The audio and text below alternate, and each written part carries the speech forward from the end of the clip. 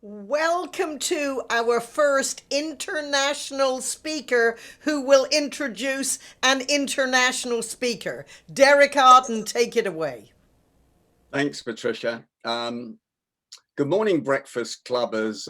I didn't know I'd have to work so hard. I've only been a member 2 days, and all of a sudden I'm introducing John Vine. But it's absolute pleasure to be a member and an absolute honour to introduce John. So John Vine is CBE and QPM, and I will just explain what those initials mean. That is a commander of the British Empire, and he got that from Tony Blair, the Prime Minister, for arranging the security at the Gleneagles conference, which you'll learn about in a few seconds. QPM stands for the Queen's Police Medal, and maybe you'd like to ask him what he got that for. If you've been flying on British Airways 274 from Sofia to London Heathrow in October 2013, you would have seen two very tired speakers. One of them had been speaking for nothing at a conference, a security conference, and one of them had been paid very well for speaking. I will let you work out who they were. Well, sitting next to me in coach at the back of the plane was a very distinguished looking gentleman. And even though he looked tired, I thought I need to talk to him because there could be a good connection here. And as I'm a serial networker, I decided I would.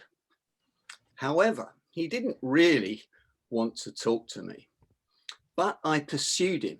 I'm very persuasive, as Patricia Fripp will tell you.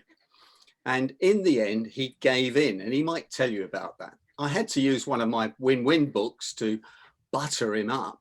And I found out that he'd been talking at a global security conference in Sofia. And he was on his way back, very tired. And I learned that he was the chief inspector of borders for the UK government, reporting directly to Theresa May, who was the Home Secretary at that point and became the Prime Minister a year later. Eventually, John agreed to have dinner with me in London, and I found out that he had been the Chief Constable in Tayside, which is one of the 6 Scottish police regions, and that's Chief of Police in your language.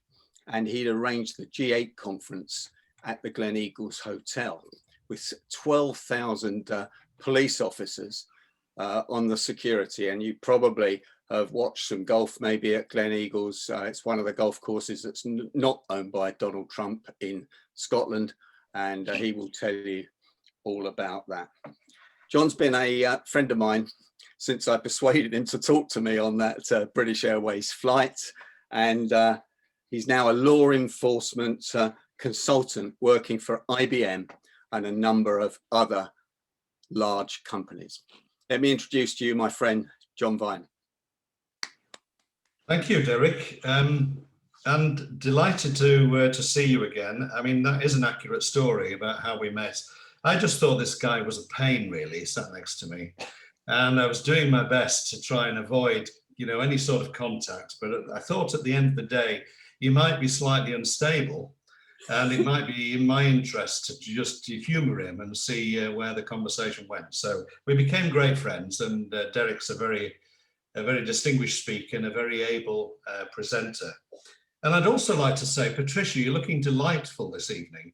The only error in Derek's introduction was, of course, I was awarded the command of the British Empire by the Queen on the recommendation of Tony Blair.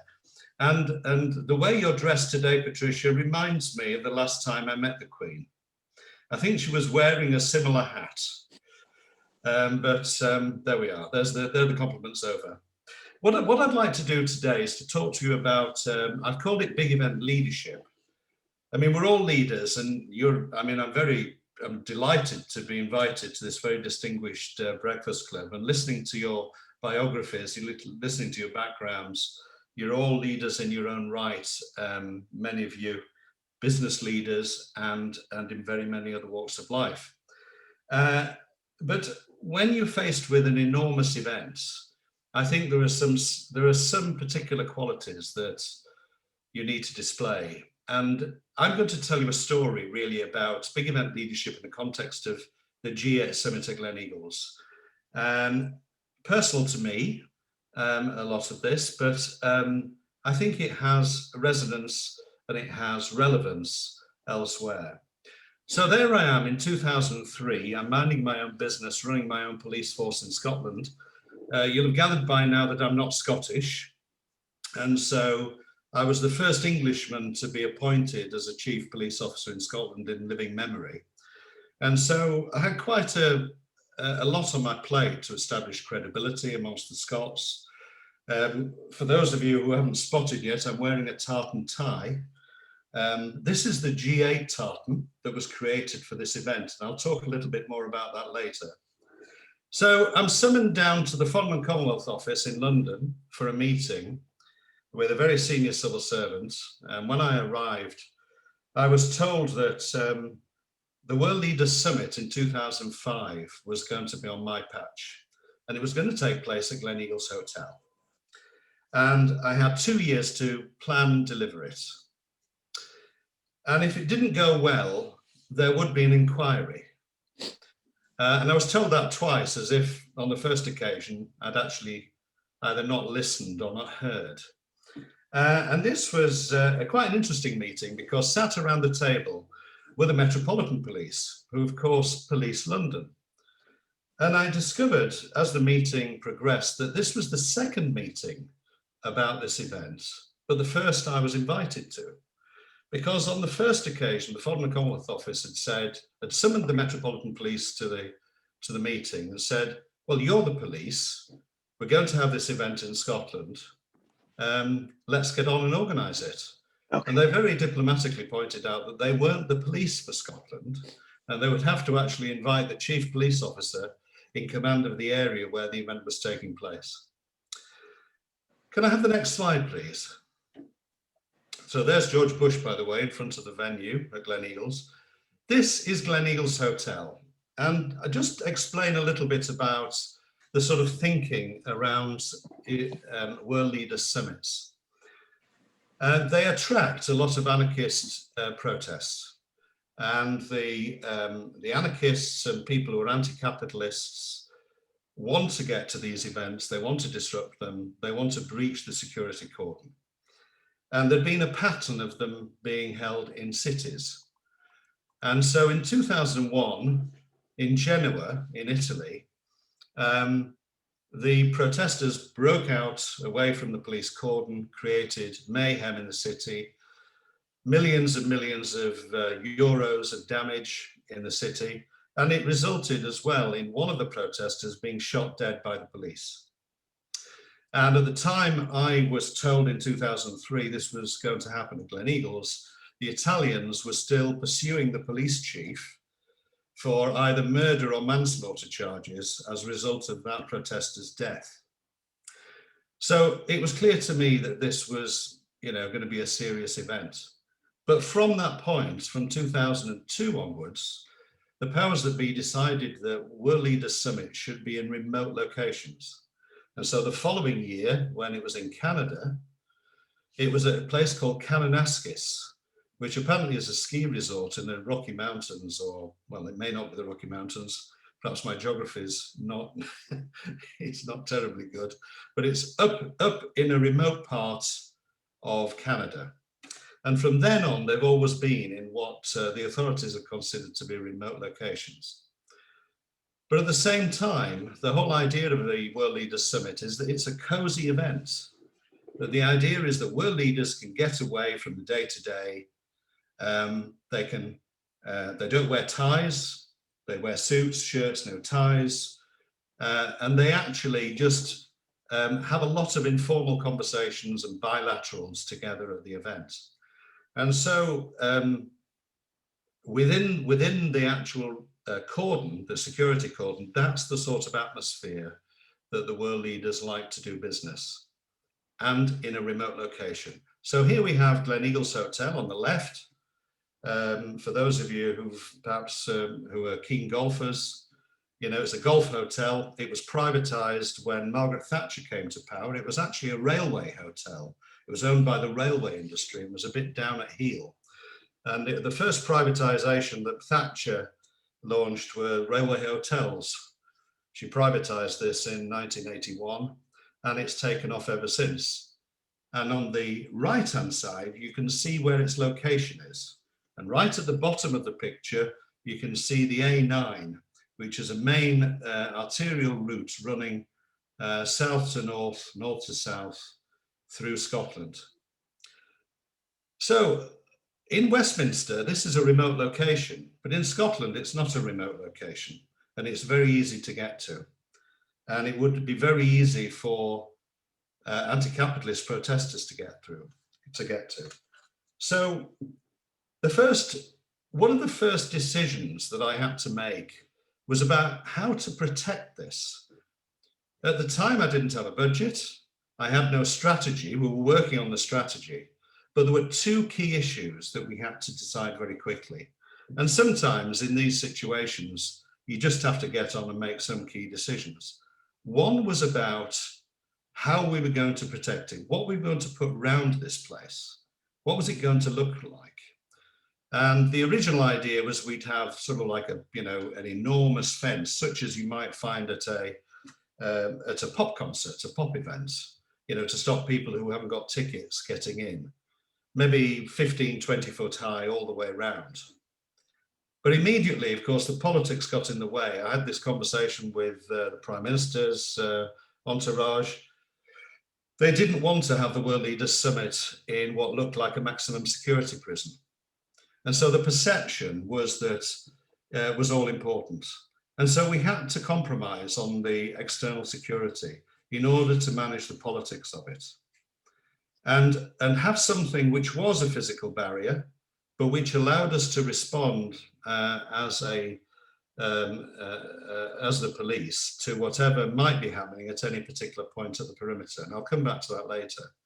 The second major issue was accommodation. One of the biggest problems with events that take place in the middle of nowhere is there's no infrastructure that you can use. You can't commandeer any big hall or any big community centre, for a particular purpose, like an armory or a feeding centre or an operations centre. There's nothing there.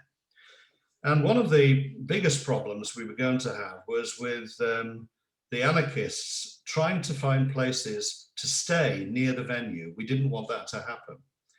And so actually I took the decision to book 11,500 bed places in all the hotels in this part of Scotland. And so at one point I had, it was nearly 12,000 bedrooms booked in my name, which I booked for police officers, which I knew we'd have to accommodate if we brought them from the rest of the UK. I mean, right at the start of this, it was clear to me that we couldn't actually police this with the numbers of police officers I had in my force. Although I was in command of the fourth largest force in Scotland, with, in your terms, 2,500 sworn and unsworn officers, we estimated right from the start that we'd need something in excess of 10,000 police officers to manage this event. And they would have to be drawn from the rest of the UK. They would have to travel to this part of the world, and they would have to sleep somewhere and eat somewhere. And so some of the first most important decisions were around simple things like accommodation, where people would eat, and how we would actually secure this venue. And because it's a championship golf course, of course, we couldn't put a cordon through it. We had to secure the whole venue, the whole golf course. And I think I spent it was between £1.5 million and £2 million on the external fence. I'll come back to the total cost towards the end. So there was no existing infrastructure. And the other thing that became very apparent very quickly was that as the chief of police, whilst policing still had to carry on in my force area, that had to be led by someone other than me. It had to be delegated to one of my assistant chiefs or my deputy. because it was clear to me that I had to become the figurehead of this in dealing with the media and the politics. And the politics is very interesting. I've already mentioned the tartan tie, which is very symbolic. But at this time, in 2003, moving to 2005, the devolved Scottish government was getting far more assertive about its authority and about its relationship in relation to Westminster. I mean, some of you will know that there are forthcoming elections in Scotland in May this year, and it's likely that Scottish nationalists will do very well, and on the back of their success, they may lobby for another referendum on independence for Scotland. And this was bubbling away in the 2000s. But yet the Westminster government, and Blair, you know, whose show it was, didn't really want their involvement at all. I mean, it wasn't part of the game plan when the whole thing was planned for Gleneagles. He knew of Gleneagles because he was educated in Scotland, and he liked the coziness of the venue, and he wanted to have it there because if you've been to Gleneagles, it's a bit like an old country home. It's not a Swiss hotel. It's like an old country house feel, and that was what he wanted to create. And so I had to spend a lot of my time over the next 2 years dealing with relationships between Number 10, the Foreign and Commonwealth Office, the Scottish Government, and the delegations that were going to arrive from across the world, not least the American delegation. Now, one of the first challenges we had in terms of the whole event was the context around the time it was going to happen. So in 2005, in July 2005, the event took place on the 6th and 7th of July 2005. And one of the biggest challenges we had was that most of the world leaders weren't coming direct to Gleneagles. They were going to, I think it was Singapore, where a decision was going to be made about the Olympic Games in 2012. And this in itself was a very political decision, because the French were lobbying hard for the 2012 Olympic Games to be in Paris, and Tony Blair was lobbying hard for them to be in London. And while all this was going on, so the Italians, the Germans, the British, the French were there. While this was going on, the one world leader that came direct to Gleneagles was your president, who at the time was George W. Bush. And George W. Bush arrived with his entourage, and he had had quite a big entourage, I have to say, as is probably always the case with the American president. And he arrived, and because there was nothing else to do, and there was nobody else to talk to at his level, he decided to do some speed cycling around the perimeter, the inner perimeter that where we'd secured the hotel with armed officers, and that was the red zone. And then outside the red zone was another sort of sterile zone where you had to have the right pass to get in. And so it was the weather was very nice, but just before he decided to cycle round it, there was a shower of rain, and it made the ground quite slippy. And going round a particular bend, he decided to wave at some of our officers, but then lost control of the bike on the wet tarmac and crashed into one of the officers and went head over heels over the handlebars and landed on the tarmac with his leg, his lip. I remember seeing him with his lip and various other parts of his body. Now, as part of the contingency planning for an event like this, of course, we have an infirmary with lots of the very best surgeons, doctors, and dentists that we can find, and lots of samples of world leaders' blood, etc., etc. They usually spend 2 days earning, quite a decent salary, but reading copies of Hello magazine and the local newspaper. Usually have much to do. On this occasion, we had to get the president to the infirmary. We had to get him patched up. And we had to get him patched up because that evening the Queen was coming, together with Prince Philip, for the first night of the event. The first night of the event was a royal reception for all the world leaders who would be coming over from Singapore to join George Bush at the event. So it was quite amusing. I was in the control room at the time, and I was told about this, and I thought it was a joke. I thought somebody was, pulling my leg, because, we've done an awful lot of contingency planning, but as I'll say later, you can't always plan for everything. We certainly hadn't planned for the President of the United States to fall off his bike. And the officer he'd collided with had to be taken to the local hospital with a broken ankle. So I was asked, well, what do you think the president should do? I said, well, I think he should ring the hospital and speak to the officer, or somebody should ring on his behalf and apologize. And something like that happened. The president did. In fact, the president was very impressive. And I'll come back to, I quite like the George W. Bush, and I had quite a bit of contact with him. And I'll come back to that later on in the presentation. But one of the things that I think in an event like this that you really have to be wary of, you can't just have a fixed plan. You have to be agile. For those of you who like jazz, a key skill in jazz is improvisation. You need to be able to improvise if you're going to be a good jazz musician. And in planning for something like this, you have to improvise. You have to have the flexibility to respond to events. And that wasn't the only unexpected event that occurred. Getting the right people as well was absolutely critical. And I knew that within my force, although it was a very good force, and I was very proud of it, we wouldn't have all the people with the right skills that we needed for this. And this isn't the sort of event that you want to actually try people out, and say, well, this is a development opportunity. You need people who, have got proven skills, proven experience, and that you can rely on. And we brought in an awful lot of people from other forces with the right skills. And I think this is a great thing to do. You've got your local officers with the local knowledge of the community and have got the contacts.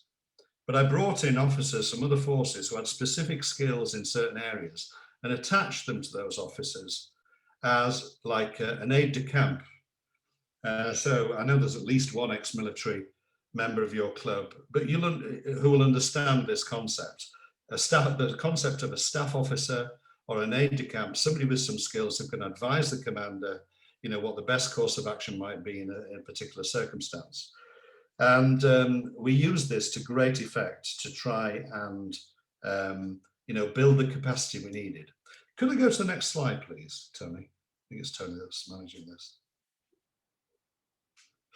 So there are the world leaders. At the moment, it's a G7 because the chap, of course, that you can see on the left of your screen, Putin, isn't allowed to be part of it at the moment. I think the Russians were asked to leave some years ago, but in 2005 it was the G8, and we had the Russians there as well. So you've got Tony Blair, Putin, and the rest of the world leaders, including George Bush. And the logistics of understanding the scale of this is considerable. So let me just sort of go through them. There's a logistics slide later, but let me go through them now. 12,500 officers, we estimated, 56,000 hot meals a day for police and other staff. We had a vehicle fleet together of 2,500 vehicles. The fence was 2 miles long. We had to create an armory.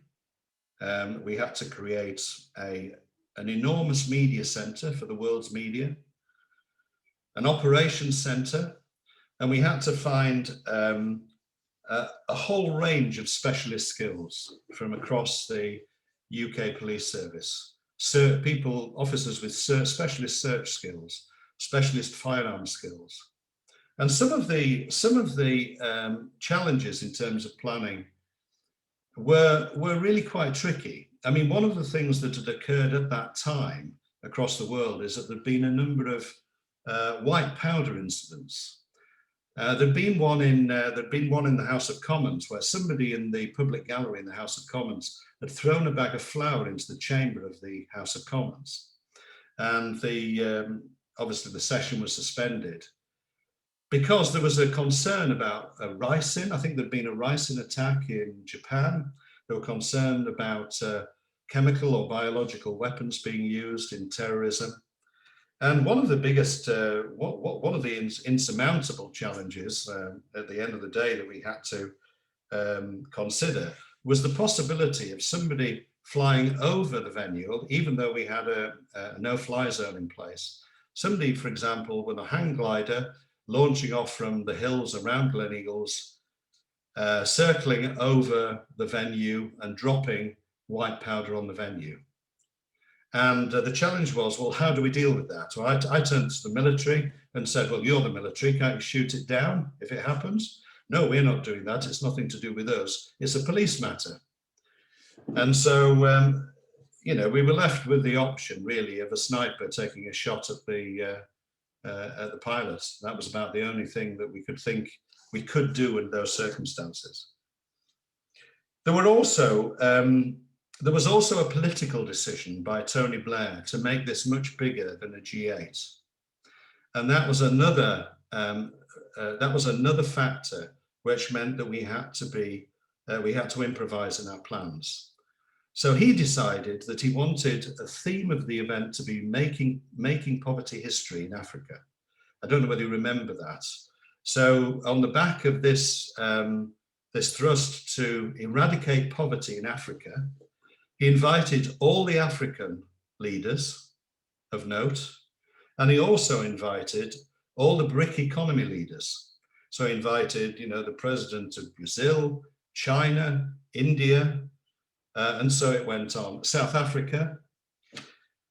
And this resulted in a whole range of issues for me and the policing of this event.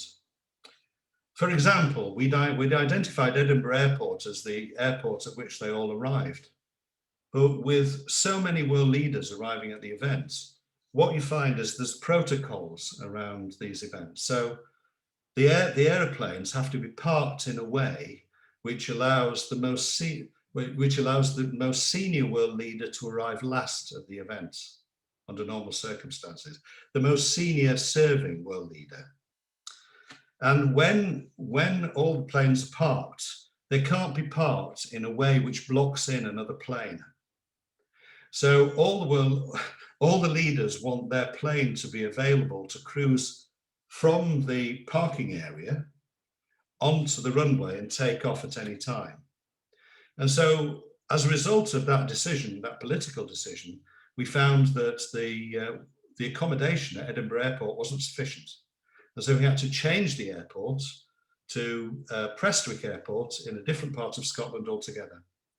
And as a result, we had to change many of the arrangements about how we would then receive and move the world leaders from where they flew into actually to the venue. And so being nimble and being improvising was absolutely critical. So the lead up to the event was that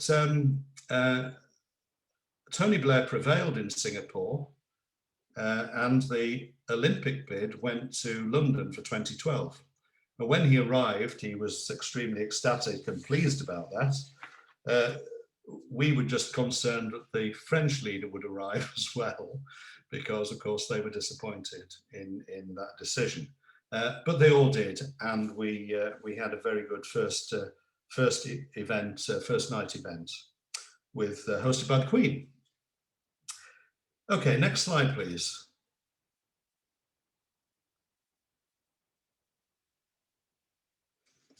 One of the things that is very important is to set a strategy clearly. And one of those, whilst you might think that my sole aim is to provide a safe and secure summit, and it would have been extremely career limiting for me had I not provided a safe and secure summit, and that was uppermost in my minds. What's also important is that, of course, when all these people leave, the people who pay my wages i.e. the people who live in the force area, will still be there. And not surprisingly, and we'll get onto the into this area in the next slide, the media, of course, identified that one of the characteristics of a G8 summit is complete mayhem, disorder, and damage on a large scale. And that had been the case at many, many previous events. And so our local community were absolutely scared stiff at the prospect of this, and were demanding to know what sort of policing would take place on what scale in order to protect them and their property. And quite rightly, you know, they had the view, well, we didn't ask this for this to be here. But, you know, it's going to happen because somebody else has decided it's going to be here. And so we had to make a clear strategy, which was about providing a safe event, but also minimizing disruption to local communities, delivering normal policing services as well, because of course, in the 2 years planning, there are still going to be people who want to commit crime in the area, and we want those people to be arrested and put before the courts. And also, because we're in a liberal democracy, we have to facilitate lawful protest. You know, we have to allow people to protest if they wish to do so. And so the strategy was very clear, it was very simple, very important, and we had to come back to this on a regular basis. It was good to have something that we could come back to and say, no, we set out to do this right at the beginning, and this is what we will, this is our mission statement, and we'll fulfill this, you know, come hell or high water. And so putting the strategy together was fairly straightforward. Sticking to it was difficult because we had lots of, when you're dealing with a big event like this, there are lots of important people who come out of the woodwork and want to be briefed, and they want to influence what you're doing.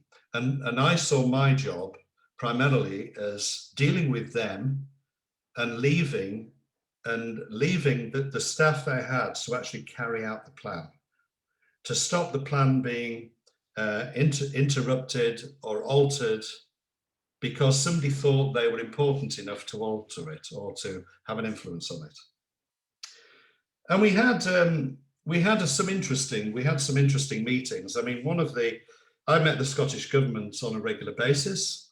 And in fact, as a Scottish Chief Constable, they were my paymasters. I was appointed by the Scottish government to the post I had. But also, the Home Secretary back in Westminster has residual responsibility for terrorism and for anything going wrong on a scale like this. And I remember going to see the Home Secretary. It was a chap called Charles Clark in his office, fairly straightforward briefing on the plans. He wanted to see what the plans were, wanted to satisfy himself that they were satisfactory. He basically wanted to see me. He wanted to check me out, basically. Although I'd had a background in policing in England and Wales, he didn't know me. So, you know, that was really the purpose of it. And so my staff officer came down with me. And it was quite amusing, really, because my staff officer said, oh, we put everything on a USB stick. Now, USB sticks are now old hat, they're old technology. But at the time, in 2005, there were new technology, and it was a new way of, you know, sticking something into a computer and giving a presentation. So in his office, in the Home Office in the central London, my staff officer, together with the private secretary, struggling with the machine. And I was trying to keep him occupied, and eventually was getting a little bit sort of tetchy and saying, look, I haven't got all the time in the world, we need to get on with this.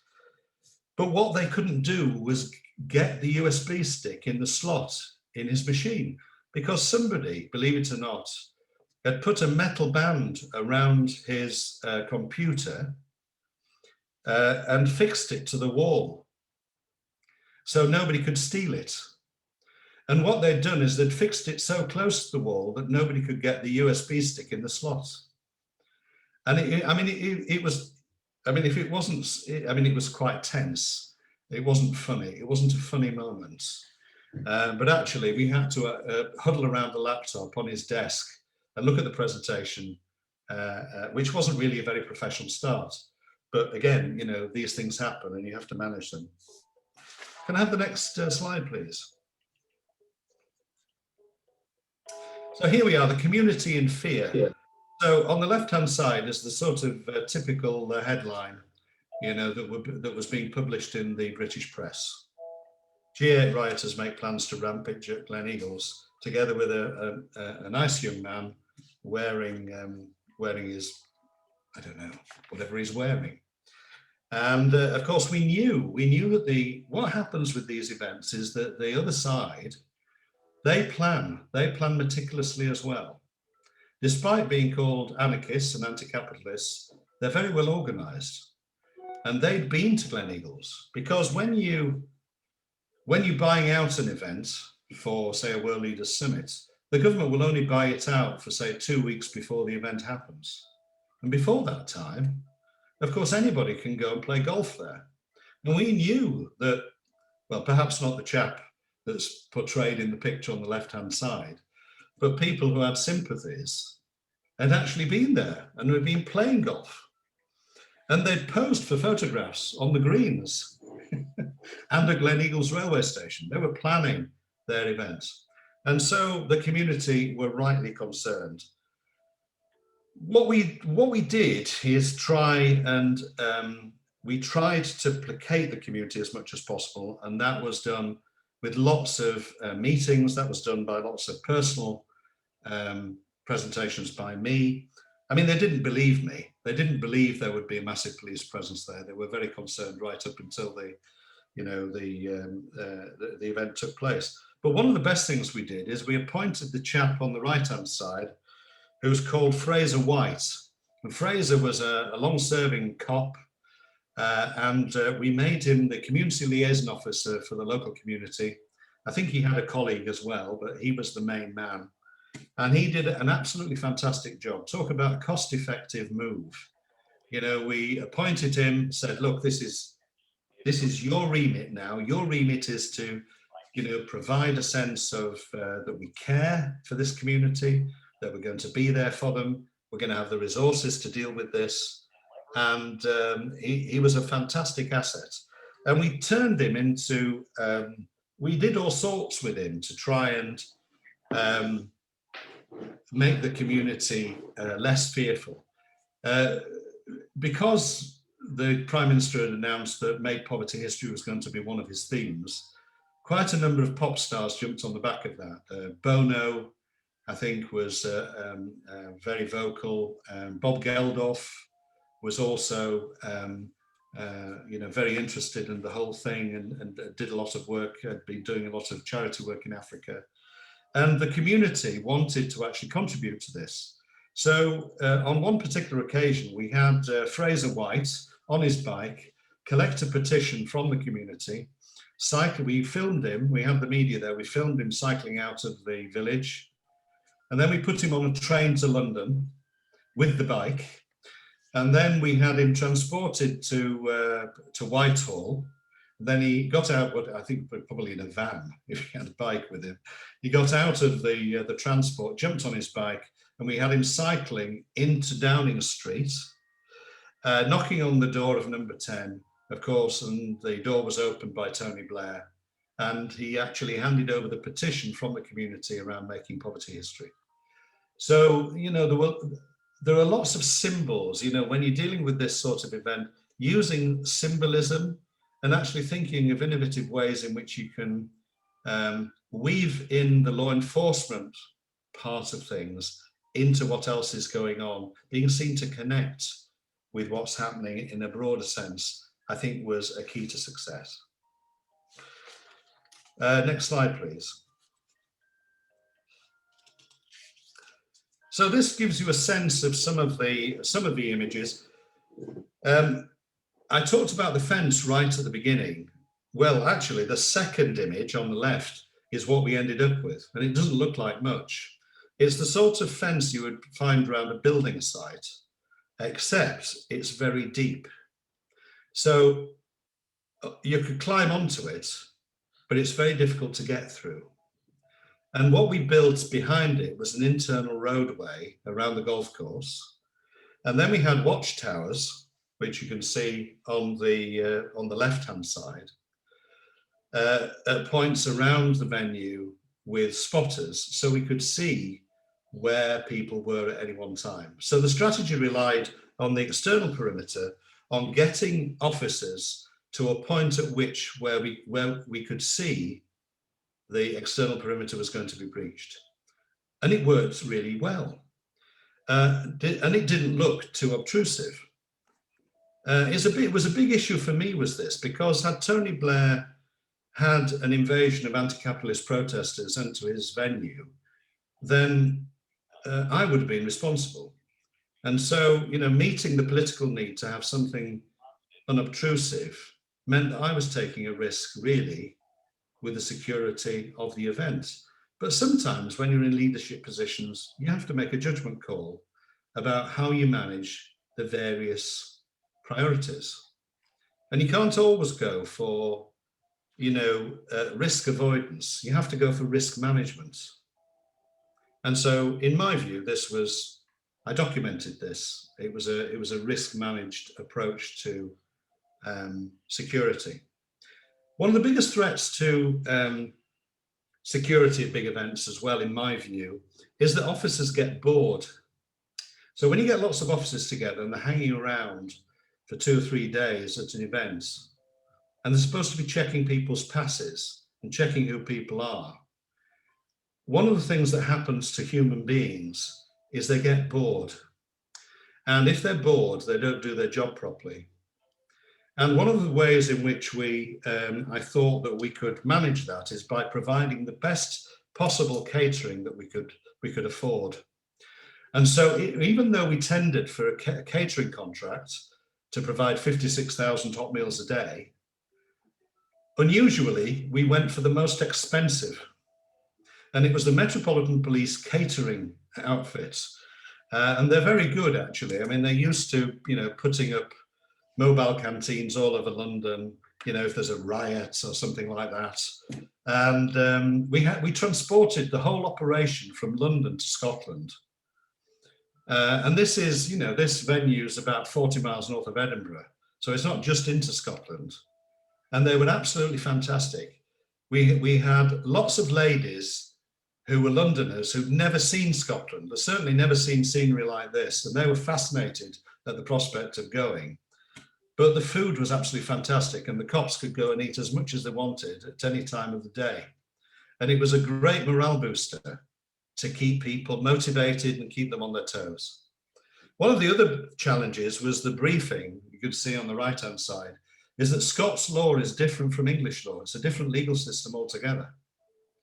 And so lots of things that you would assume you wouldn't have to do, we had to do. So we had to retrain a lot of English officers in basic Scottish law, and give them some training in what their powers would be in Scotland and what they couldn't do.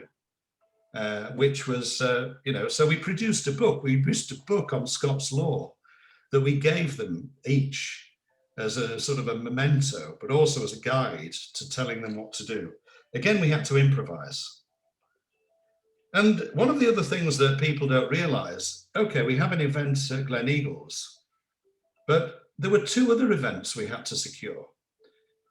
If, for example, the kitchen staff one morning at Gleneagles just leaves the toast too long in the toaster and the place burns down, the day before the world leaders arrive, we have to have a backup venue.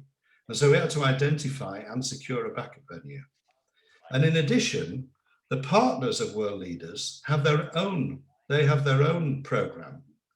And so while the world leaders are meeting, their wives or husbands, as the case may be, are at another venue doing lots of things with school children, charities, etc. And that venue, in my case, was Glamis Castle, which was in Angus, another county, quite some distance away. It's the birthplace of the Queen Mother, the present Queen's mother, who died some years ago. And so we had to search, secure, protect those other 2 venues as well, just to add to the degree of difficulty. Next slide, please. Planning for the unexpected. So I've already talked about George Bush. Here's a picture of him on his bike with his cycle helmet. And I think that's the seal of the President of the United States on his cycling jacket. The meeting with the Home Secretary, I mentioned, that's another expected event. But the biggest unexpected event was, of course, the terrorist bombings in London on the 7th of July. So what we had on the 6th, on the 6th of July, the world leaders met. The Prime Minister was elated because he'd won the Olympic bid for 2012. A great day lay ahead. It was a beautiful summer's day. We did have anti-capitalist protests, but we dealt with them. We'd had a plan. One of the plans was that we deployed police officers by Chinook helicopter to deal with them approaching the perimeter fence. We were able to do that uniquely because we were in the middle of nowhere.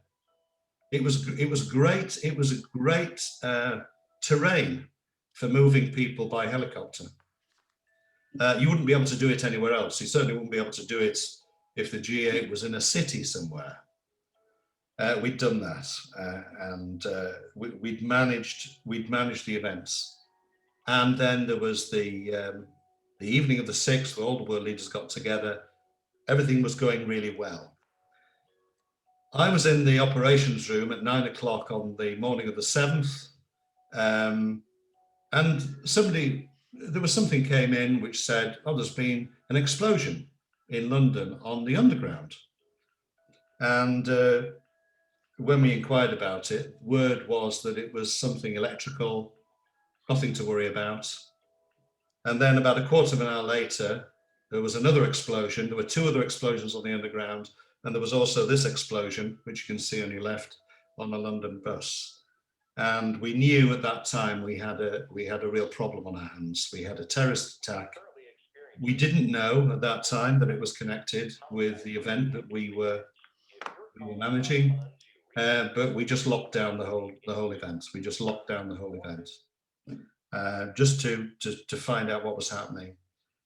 But I had to get the Prime Minister. The Prime Minister had to be transported to London as soon as possible to take charge, obviously. And then as the morning progressed, we realised that there was a major terrorist incident in London, that all the media attention was very focused on that. The Prime Minister had to be replaced by the Foreign Secretary, somebody called Jack Straw, who continued with the event. But again, a lot of the specialist staff, we had to adapt and flex. But a lot of the specialist staff we had at Gleneagles and still needed at Gleneagles, we had to let go from that venue, and we had to get them to London because they were needed there. And so another example really of the plans that you lay they just don't pan out the way you expect. So you really do need to, you get the best staff you can, and you need to regularly check what you're doing and have a clear strategy. But at the end of the day, you need to be able to flex and you need to be adaptable. So there we are. John, it's Craig. I just wanted to. I'm going to run out of time. I'm coming to the last slide. Very good. Okay.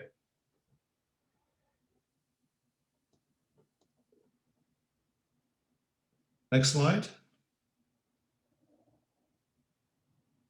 Yeah, there we go. So we delivered it. We delivered it, and it was deemed to be a success. Most things worked well. Blair was a great guy to deal with, and so was your president. What a nice man, actually. So just out of shot, this is George Bush leaving and getting onto Marine One. Just out of shot on the sort of, I suppose, looking at the picture to the right of George Bush, there were loads of cops there with their little cameras trying to take a picture.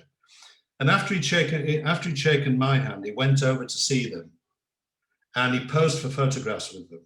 And some of the photographs didn't work, and he was getting on the helicopter, and he went back again to pose for more photographs with them. And, you know, all the police officers who came into contact with him and the American delegation and many of the other world leaders were full of praise for, you know, his sort of demeanor. And they were great to deal with. They didn't present any problems at all. One of the things that I think, the final lesson I would say that I would leave you with is, throughout the planning of this event, I trained as a lawyer before I joined the police service. And I've always had a view about, you know, we must collect the evidence, we must keep records, because if things go wrong and you end up at a court of inquiry, you know, it is the search for the truth, but it's also a search for blame. And you need to have a record of what you've done. And throughout the entire event and the planning of it, we did a lot of red team reviewing of our decision making, checking and double checking and bringing experts in from other parts of UK policing to actually question what our officers were doing, just to see that we'd covered all the bases. And that sort of meticulous planning is the only way you can approach this. And the final thing is that you have to start planning as soon as you know, because you run out of time. However much time you've got, you run out of time. And the night before it starts, you know, I was lying in bed thinking, there's nothing more I can do now. So it's either going to go well or go badly, and there's very little else I can do to influence it. I hope you found that interesting. Sorry I've run over a little bit. Thank you.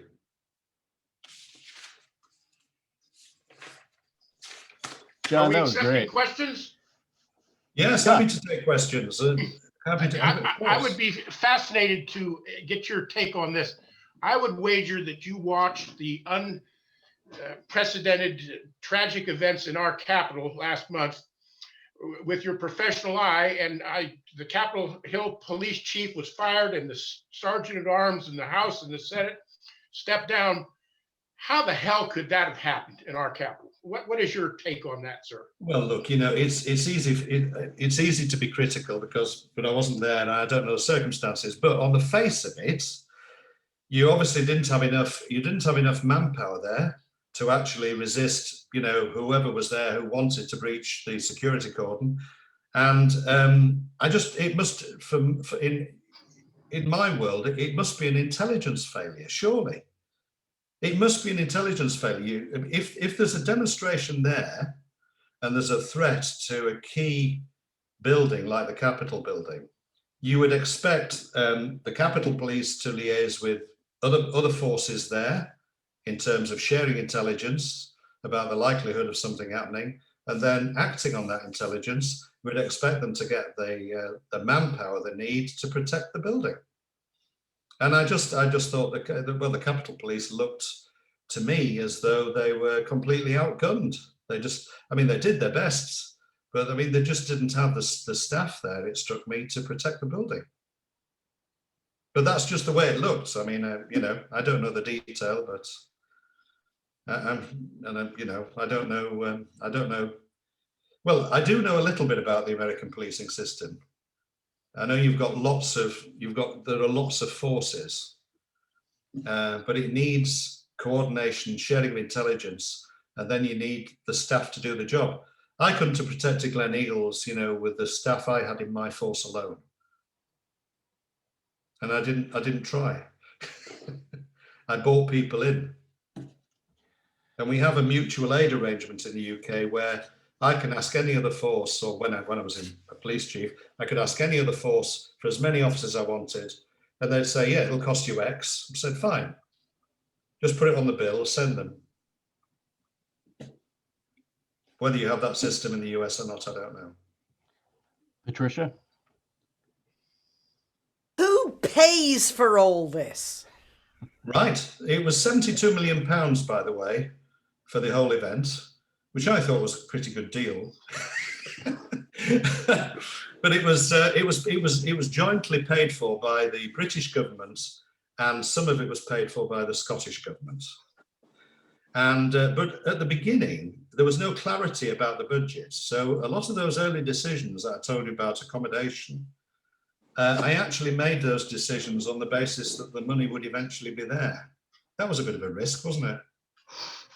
But I knew unless we made some key decisions early on, we'd regret it later. So I just hoped that the politicians would catch up with the decision making later on, which they did. John, is this part of like a larger policy that, future police forces, when they're faced with similar circumstances, can go back to and say, this is a great example, these are the lessons we learned? And do you have something that other institutions can capitalize on? Well, that's a very good question, because the answer is, though there was a debrief, okay, where the report is, I don't know, because I left some time ago. There is a G7 summit in Britain in the summer, in Cornwall, I think this time. I'm sure they'll have been planning for some time, and I'm sure they will have asked the Scottish Police Service, as it is now, for the lessons learned from Gleneagles. So I think there'll be some of it, but what happens very quickly after a big event is that much of the learning is lost, because a lot of the people who've been heavily involved and had key roles, they either move on or they leave. And, a lot of experience goes with them, in my experience. I mean, I had senior people there who were my right-hand people, really good people. I'm now a consultant, so I left policing. I then was appointed by the British government to inspect borders and immigration in the UK. I did that for 7 years. And for the last 5 years, I work as a law enforcement and borders consultant. And then, IBM's one of my clients, but I work for other people as well. And I've often contacted those people I worked with at Gleneagles and said, come and join me, I need your expertise. And they're too busy playing golf or going on fly drive holidays in America.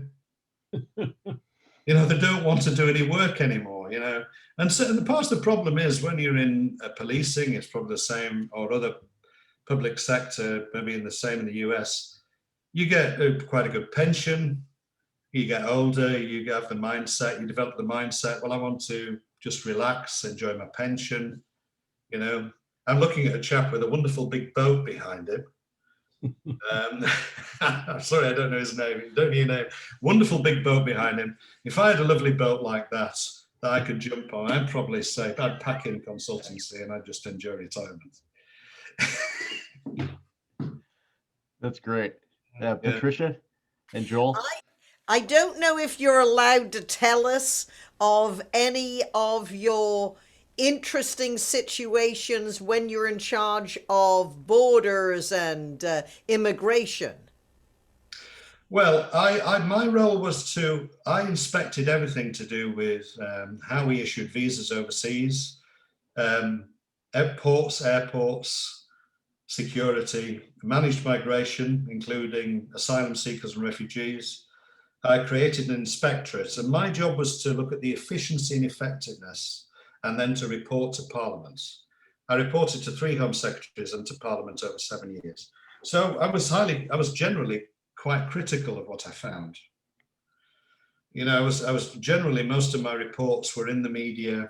I was on the BBC on a regular basis, but they were critical in a constructive way. So basically Parliament said, look, we want you with your experience to go and look and tell us what's wrong, because we don't think we're being told the truth or about what's happening. And I used to appear before a lot of committees, and they were highly publicized. So you can actually look, if you put in the search engine, Independent Chief Inspector of Borders and Immigration, ICBI, I do have a successor, and he's carried on producing reports, but from 2008 through to the end of 2014, you can read, Patricia, what I said. Okay, and there's even a little photograph of me somewhere, I'm sure. And I actually, one of the biggest things I found that we had a porous border at Heathrow Airport. I found that we were letting people into the country with visas without checking their biometrics. We'd taken their biometrics when they applied, wherever it was in the world, but we weren't checking that was the same person by checking their fingerprints and what have you when they got into Heathrow. and that led to the abolition of the border agency and the recreation of the structure that we have at the moment in Britain. So that was you know, the big piece of work, really.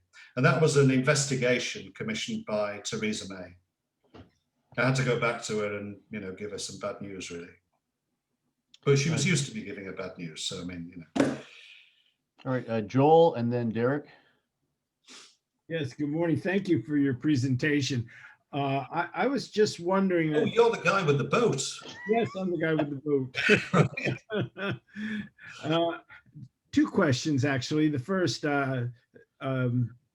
after all of this, what actually came out of this conference that you can point to and say, as a result of this, this happened? And the other question is kind of a personal thing. I'm just wondering if you ever heard of a friend of mine named Sir John Mackay. John Mackay. Was he a Scottish police officer then? He was the Queen's Constabulary. He was the top police officer in Europe. He actually, during the Second World, was a temporary mayor of Palermo. No, I don't know him. He has a lot of initials after his name. Like I'm sure he has. I think I remember that. I know the name, but I don't know of him. I don't know him as a personal. No. So he was probably before my time up there. Yes, he was. Yeah. And in relation to your first question, yes. Well, I think it's fair to say that poverty hasn't been eradicated in Africa. Okay, but I think what Tony Blair did, he brought a focus on a particular issue to, you know, that was poverty in Africa. I mean, he made my life a lot more difficult by inviting all those extra leaders because, you know, they weren't part of the GA, but they had to come in and out. You know, getting people in and out when you've got, you know, lots of protesters potentially blocking roads is difficult. But I could understand why he was doing it, and I think it was very worthwhile. And the community bought into it very much. I mean, there was quite a groundswell of opinion in Britain that this was a good thing to do. But, you know, we haven't eradicated poverty in Africa yet. So, I mean, very often people say, well, why don't we just have something on a battleship in the middle of the Atlantic, you know, you know, going back to like Roosevelt and Churchill or Yalta or whatever, you know, in the Second World War. But politicians want to be seen to be doing this sort of thing, and it's good publicity, I think. Thank you. Back to you, Craig. You're silent, Greg. Sorry, I had my mute on. Derek, and then Alan Garber. What I was hoping Patricia would ask was, what was it like to sit down with Patricia, with Mrs. May, the future Prime Minister, in her office? And how did you find her? But you might not want to ask the last question because the recording's on, John. Well, I know. I mean, I found all the Home Secretaries I worked for, you know, they were good people and they were good politicians, and I got on with her, I think, you know, very well. She did have a habit sometimes of showing me to soft furnishings. And I'd had this before in her office, you know, and I'd much prefer to sit around a table. But when you sat in soft furnishings, you do feel as though you're rather below the eye line of the person who's invited you to do that. So I tried. That did make me feel uncomfortable sometimes, you know, when I was sat on a soft settee, which only allows you to sort of rather lounge. You know, if you're in a senior politician's office, you know, it's much more comfortable to sat round a table on a hardback chair with your papers in front of you. But it wasn't unintentionally. I think it was a very nice gesture, you know, she listened to everything I said. Did Theresa May? She was a very good listener, and she read my reports assiduously, and so you know, for that I was very grateful. Thanks, John. All right, Alan Garber. Hey, John, I have two hopefully quick questions. First one is, did you have a budget for the G8? And if so, about what was it? And two, did any of the world leaders play golf? Well, I don't know, because you see, although I actually lived in Scotland, not far from Gleneagles, and we have, we have a friend who's a golf professional, and he's taken me out on the golf course, and I've tried golf, but I just can't get into it. Everybody says, once you've tried it, you'll love it. You won't be able to put the golf club down, etc. Well, it hasn't happened to me yet. Now you put it down, you end up throwing it, actually, is what you do. Yeah. So I never really took to golf. So as far as I was aware, none of the world leaders were on the golf course. I don't think Tony Blair was a golfer, but I might be wrong. The cost of it at the end of the day was £72 million. There was a budget. I think we kept close to it, but at the end of the day, it was what it was. We tried to make economies. I remember we bought a load of vehicles, part of that 2,500 vehicle fleet I talked about. But where I could, I actually bought second-hand vehicles that would actually last for the duration of the event. So, there was I remember the Metropolitan Police were getting rid of a load of vans. We bought, I think, about a couple of hundred vans from them that were ready for going back to the dealer. And we had a couple of mechanics, go over them and just make sure they were roadworthy for 2 or 3 days. But, so we tried to make, savings where we could. But, on a scale of event like that, you can't really do too much. All right. Tim Durkins had a question. Yes, John, congratulations. What a job of organizing, planning, strategy, and tactics. My question is, it would seem to me that world leaders, not just the 8, but the other ones that were invited, they bring 3 things. They bring a staff, they bring a security detail, and they bring a gigantic ego. Perhaps your biggest challenge or your biggest gift was diplomacy. How did you keep those people happy? Because I'm aware that sometimes countries demand to go first. It's just a very big diplomacy job. I wish you were at the UN, actually. Well, it was a big diplomacy job. You're absolutely right, Tim. When you get to a big hotel like Gleneagles, you can almost feel the delegations then jostling for the best bedroom for their world leader, you know what I mean? Or the best suite of rooms. And of course, you're right. I mean, most of the delegations come with lots of people. And of course, the hotel can only accommodate so many. So many of those people can't stay there. And of course, sometimes, telling them they can't stay there is difficult. And because they're in support of their world leaders who are sat, you saw the picture of them sat around the table. Well, of course, they're getting feeds through, on issues from their staff. And very often the staff say, well, I need to be near my world leader. I need to be near the principal. I can't always do this remotely. So, it's about listening, working with the diplomats that come with those delegations, trying to get them to understand, that there are limitations on what can actually happen. And sometimes, making sure that, you accommodate them. If you can accommodate them, you will. And I found the best way of doing it is you have to be authentic as a leader. You have to smile. You have to be diplomatic. I mean, I was working with a very, very senior people in the Foreign and Commonwealth Office. We worked very well together. I think we both appreciated each other. And I'd had a taster of the sort of thing because I didn't tell you this, but I'd been out to the US the year before, where the event was the year before, just to watch how things operated. That was the summit that you had in Sea Island off Georgia in 2004. And it was a great opportunity for me to see how we might deal with situations like you've described. Well done, John, and I'm glad you recovered from COVID. Good to see you. Yeah, thanks very much, Tim. I feel a lot better. All right. It's 9:13. I think we have time for one more question. Betty Tayside has her hand up. Betty? Thank you, President Craig. Thank you for a wonderful presentation. Having just finished The Daughters of Yalta, where Catherine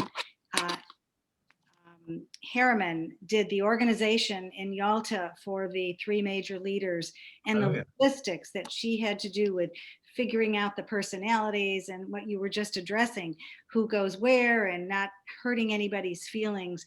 I applaud for everything you did, as has been said. My question is, you have such a sense of calm. How did you handle the stress, which I'm sure was just overwhelming? Well, I have a very supportive wife, and I discussed and shared things with her. Although we were very, it was quite tricky because we lived, as I said, we lived not far away, and there was every possibility, of course, that people would know where we lived. I think you have to put your trust in having got the very best staff you can find, and having put systems in place to check on what they're doing and to record what they're doing, because you can't, you can trust so far, but you also have to check as best you can and record. You put your faith in them to some degree. You have to put your faith in them because you have no choice. You can't do it by yourself. So having picked the best people, you have to put some trust in them. And I think you also, and once you do that, then I think that helps take a lot of the stress away from you. But I think at the end of the day, I mean, I was the accountable officer. As the Home Secretary said to me in his office, if this goes wrong, there will be a public inquiry. And I said, I always remember it because I said, oh, it'll be fine, don't worry. And because I sort of waved him away, he actually repeated it again.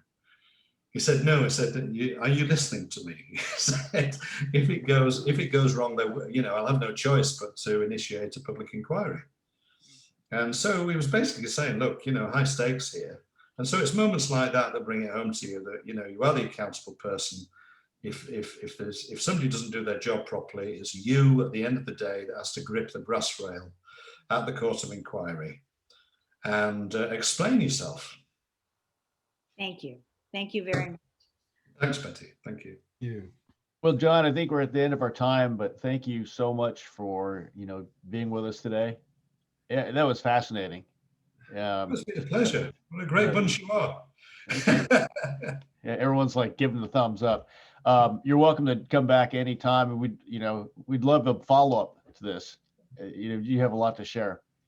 So I could do the borders immigration thing next time if you wish. Actually, that'd be fantastic. I'd love to hear that. Well, it's 9:16. A number of people had to leave for other obligations, but we'll go ahead and end this version of the Golden Gate Breakfast Club. I'm Craig Adams, your president, and thank you everyone for joining us today. Thanks, Craig. Thank you very much. You should write a book about your experience, John. And maybe get Derek to help me do that. What John